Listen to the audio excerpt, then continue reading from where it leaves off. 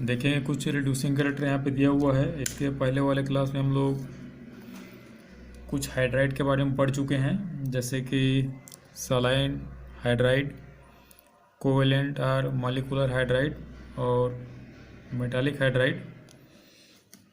तो metallic hydride generally transition element के बारे में हम लोग देखे थे, और transition element from metallic hydride.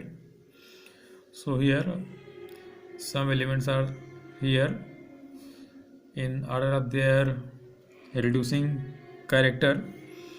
So सबसे ज़्यादा है पैलेडियम प्लेटिनम, ये कॉपर होगा Cu, और कॉपर के बाद अगला है निकल।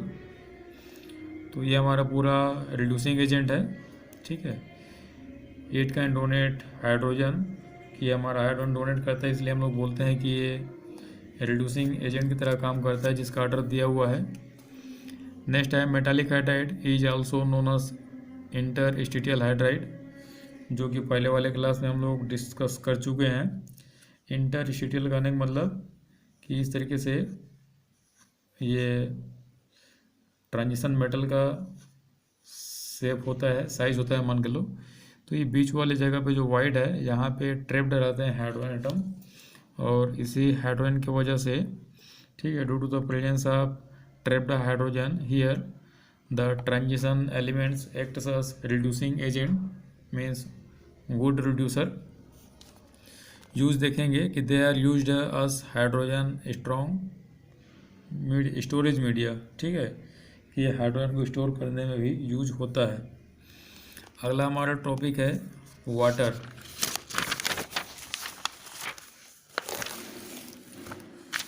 तो वाटर के बारे में देखते हैं क्या लिखा है यहाँ पे, कि the physical property of water is a colourless, tasteless, odourless liquid. ना तो कोई कलर होता है, ना कोई टेस्ट होता है, ना कोई ऑर्डर होता है, स्मेल होता है, इस टाइप का ये लिक्विड है। Liquid state at RT means room temperature पे जो इसका स्टेट है, लिक्विड स्टेट होता है, और 4 डिग्री जैसे जाएगा, जैसे 4 डिग्री से नीचे आते जाएगा सॉलिड में कन्वर्ट होता जाएगा, और 100 से ऊपर में ये गैसियस स्टेट में रहता है। तो स्ट्रक्चर ऑफ वाटर देखेंगे, इस तरीके से ये स्ट्रक्चर दिखता है, जहाँ पे हाइब्रिडाइजेशन हम लोग sp3 देखे हैं। तो sp3 के लिए हम लोग 4 सिग्मा काउंट करेंगे। 3 p का ऑर्बिटल है, 3 orbitals of p sub shell and 1 orbitals of s sub shell combined to show sp3 means 4 new orbitals. 4 orbitals are compound to form new 4 orbitals having equal energy, ठीक है। तो 4 अगर equal energy वाला orbital produce करेगा, मतलब यहाँ पे हो जाएगा हमारा sp3। अगर 3 होता तो sp2 होता, और 2 होता तो सिर्फ sp होता। तो यहाँ पे हमारा sp3 हाइब्रिडाइजेशन है, तो सेंटर एटम में sp3 है। तो ट्रिक पहले हम लोग केमिकल बाइंडिंग वाले चैप्टर में पढ़ चुके हैं। तो ये वाला सिंगल बॉन्ड बना, मतलब ये सिंगल सिग्मा है, ये भी सिग्मा होगा, और यहाँ पे 2 लोन पेयर है, तो दोनों लोन पेयर को हम लोग सिग्मा ही काउंट करेंगे। तो टोटल यहाँ पे 4 सिग्मा दिखेगा।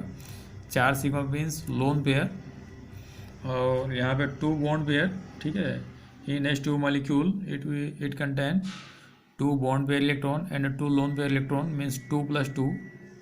So for 2 + 2 the shape of this compound will be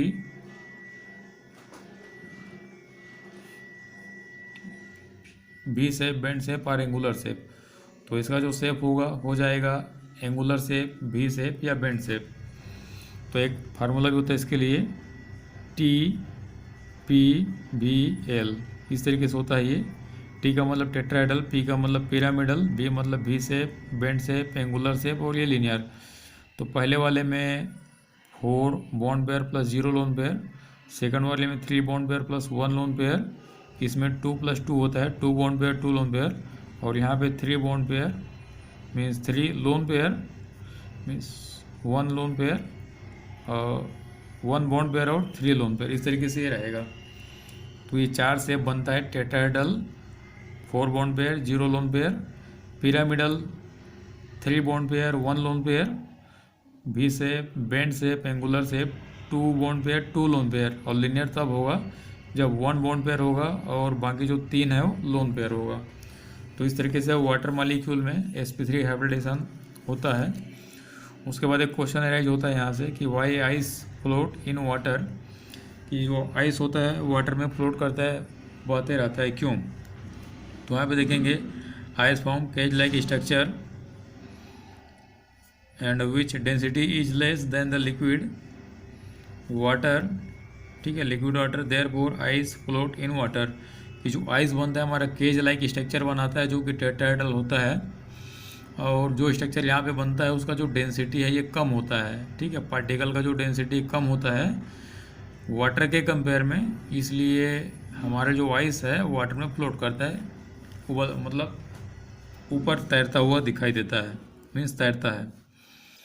अगला है this is the important point about water, the density of water is high at 4 degree Celsius, ठीक है, सबसे ज़्यादा डेंसिटी 4 डिग्री सेल्सियस होता है। उसके बाद है H2O has high density at 4 degree Celsius and 277 kelvin, ठीक है, कि 4 डिग्री सेल्सियस या फिर 277 केल्विन पे इसका जो डेंसिटी है सबसे ज़्यादा होता है पूरे टेम्परेचर में। उसके बाद बॉइलिंग पॉइंट 100 डिग्री होता है या फिर 373 केल्विन, जो मन चाहे लिख सकते हैं यहाँ से, कि the boiling point of water is 100 degree Celsius और 373 केल्विन। उसके बाद फ्रीजिंग पॉइंट इसका 0 डिग्री सेल्सियस होता है, 0 से ये जमना स्टार्ट कर देता है। और इसका जो स्ट्रक्चर होता है आइस में इस तरीके से होता है कि एक वाटर मॉलिक्यूल 2 हाइड्रोजन के साथ इस तरीके से बॉन्ड बनाता है, ये वाटर मॉलिक्यूल, ये सेकंड वाटर मॉलिक्यूल, ये थर्ड और ये फोर्थ, तो इस तरीके से हाइड्रोजन बॉन्ड बनाते हैं और हाइड्रोजन बॉन्ड को ऐसे डॉट डॉट से शो करते हैं। तो यहाँ पे ऑक्सीजन जो 2 हाइड्रोजन बॉन्ड बना रहा है और ये बॉन्ड जो कि वीक होता है, ठीक है, तो यहाँ पे पार्टिकल का जो डेंसिटी है कम हो जाता है, और इसी कम डेंसिटी होने की वजह से ही ये जो है वाटर में फ्लो करता है, मीन्स बहता है, तैरता हुआ। अगला है केमिकल प्रॉपर्टी। केमिकल प्रॉपर्टी में देखते हैं क्या लिखा हुआ है कि केमिकल प्रॉपर्टी में एम्फोटेरिक इन नेचर, की water is amphoteric in nature. तो एम्फोटेरिक का होता है कि substance which acts as acid as well as base are known as amphoteric, ठीक है।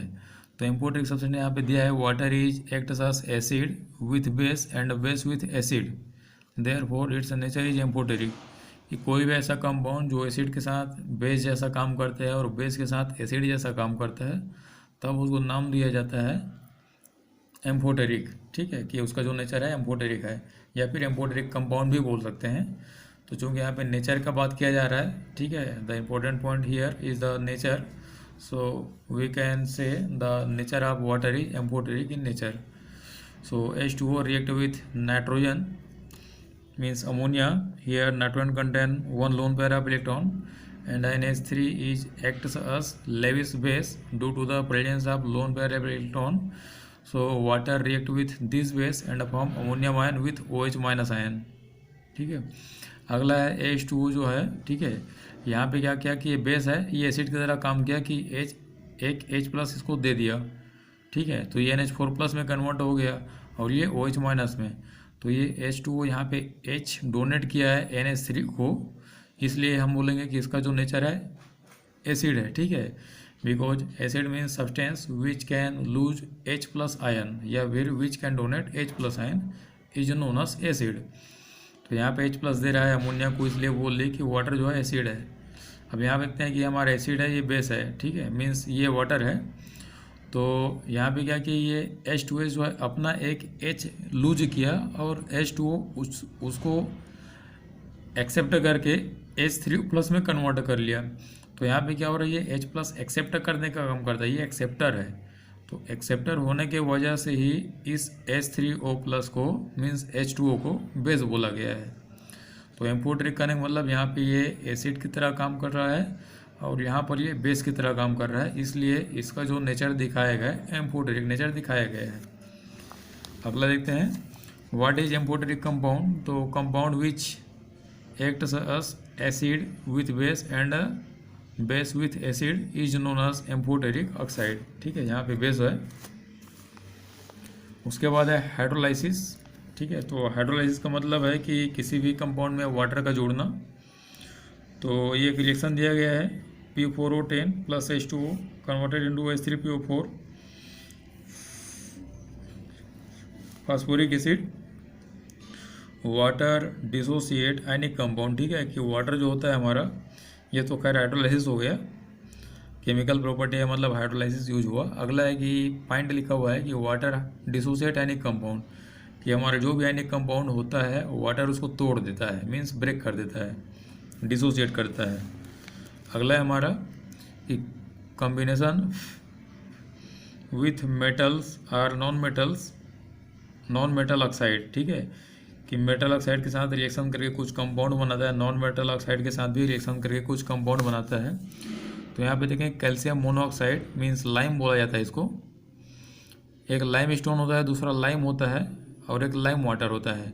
तो लाइम वाटर मतलब CaOH twice, lime means CaO और lime stone means CaOCO3 means CaCO3 calcium carbonate.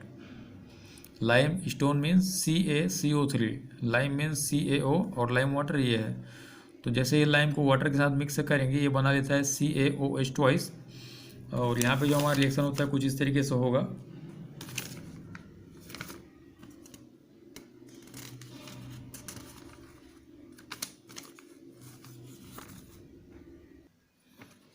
Suppose करो कि जो हमारा रिएक्शन है CaO, ठीक है, H2O को जैसे ही तोड़ेंगे यहाँ पे प्लस आएगा। ठीक है, खैर यहाँ पे प्लस माइनस कोई मतलब नहीं, प्लस माइनस भी कर सकते हैं वैसे।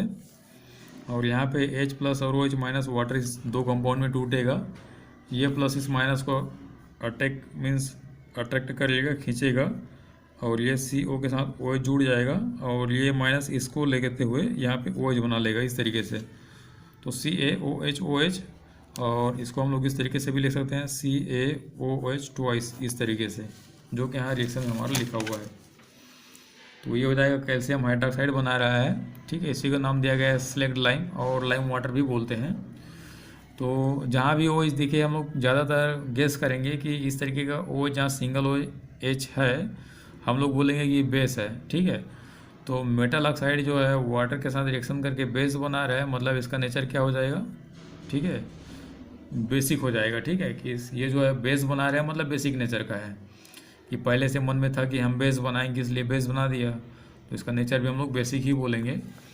अगला है हमारा कार्बन डाइऑक्साइड। तो कार्बन डाइऑक्साइड को जब भी रिएक्शन करेंगे वाटर के साथ तो इस तरीके से ये H2CO3 बनाता है, इसका नाम होता है कार्बोनिक एसिड, जो कि वीक एसिड होता है।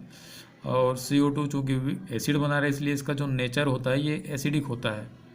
तो यहाँ पे एक सिंपल सा टर्म निकाला जाता है कि metal oxides are basic in nature and the non metal oxides are acidic in nature. तो इस तरीके से ये इन लोगों का नेचर लिया गया है। अगला देखते हैं, used in the formation of hydrated compound, कि वाटर का जो यूज करते हैं कुछ हाइड्रेटेड कंपाउंड कहने का मतलब है कि कुछ क्रिस्टल जैसे होते हैं, उसको हम पूरा अगर वाटर को निकाल देंगे तो स्टेबल नहीं रहेगा। ठीक है, जैसे उसको एटमॉस्फेयर में छोड़ेंगे, एटमॉस्फेयर से कुछ वाटर मॉलिक्यूल वो अपने अंदर एब्जॉर्ब कर लेता है, अंदर नहीं अपने ऊपर एब्जॉर्ब करके रखता है। ठीक है, एब्जॉर्ब भी बोल सकते हैं कि अपने अंदर एब्जॉर्ब करके रखता है। तो कैल्शियम सल्फेट जो कि हाफ वाटर मॉलिक्यूल रखा था, ठीक है, कुछ वाटर मॉलिक्यूल और लिया और ये कैल्शियम सल्फेट डाइहाइड्रेट में कन्वर्ट हो गया, जिसका नाम है जिप्सम। ठीक है, ZYPSUM, इस तरीके से जिप्सम है ये।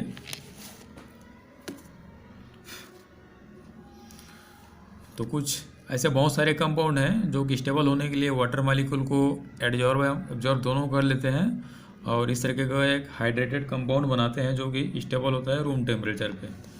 तो हाइड्रेटेड कंपाउंड में यूज होता है water, means water is used in the formation of hydrated compound. उसके बाद हमारा नेक्स्ट आता है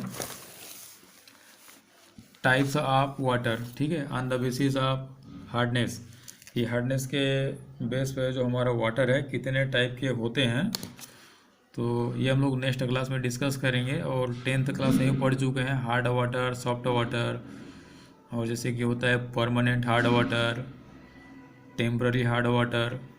तो ये हार्ड वाटर के बारे में हम लोग नेक्स्ट क्लास में डिस्कस करेंगे। इस क्लास के लिए इतना ही रखते हैं और कुछ आगे बढ़ेंगे। कुछ कंपाउंड है, कुछ सॉल्ट है, ठीक है, कि some salts which are responsible for the permanent and temporary hardness of water. तो दोनों में अलग अलग टाइप के साल्ट होते हैं, तो हम उसको नेक्स्ट क्लास में डिस्कस करेंगे। इस क्लास के लिए इतना ही। Thank you.